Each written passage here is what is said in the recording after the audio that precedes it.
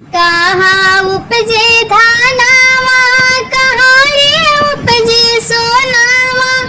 कहाँ रे उपजे सोनावा, कि कहाँ उपजे ना, कि कहाँ उपजे ना, शिव गुरु के ध्यानवा, कि कहाँ उपजे ना,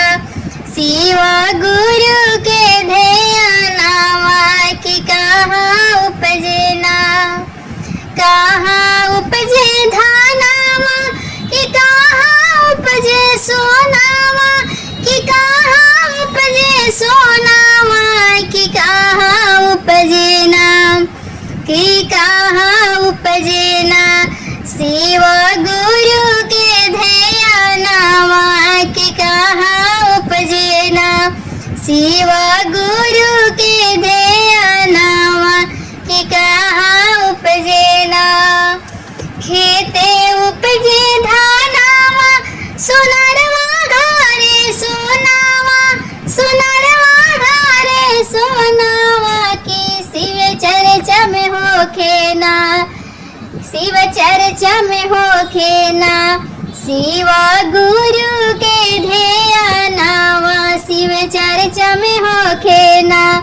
शिव गुरु के ध्यानवा, शिव चर्चा में होखे ना। खेते उगे धानावा, सोनारवा घरे सोनावा,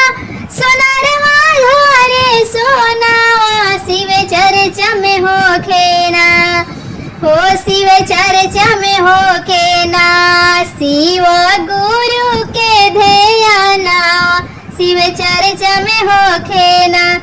शिव गुरु के ध्यानवा, शिव चर्चा में होखे ना। कहाँ रखबो धानावा, अरे कहाँ रखबो सोनावा, अरे कहाँ रखबो सोनावा, कि कहाँ रखबो ना, कि कहाँ रखबो ना, शिव गुरु के ध्यानवा, कि कहाँ रखबो ना, शिव गुरु के ध्यानवा, कि कहाँ रखबो ना। कहाँ रखबो धानावा, अरे कहाँ रखबो सोनावा, अरे कहाँ रखबो सोनावा, कि कहाँ रखबो ना, शिव गुरु के ध्यानवा, कि कहाँ रखबो ना, शिव गुरु के ध्यानवा, कि कहाँ रखबो ना। कोठिया रखबो धानावा, अरे पेटिया रखबो सोनावा, अरे पेटिया रखबो सोनावा, कि हृदय रखबो ना, कि आए हाय हृदय रखबो ना, शिव गुरु के ध्यानवा, कि हृदय रखबो ना, शिव गुरु के ध्यानवा,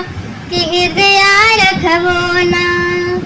कोठिया रखबो धानावा, अरे पेटिया रखबो सोनावा,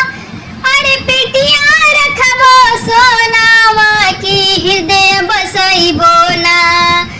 हो कि हृदय में रखबो ना,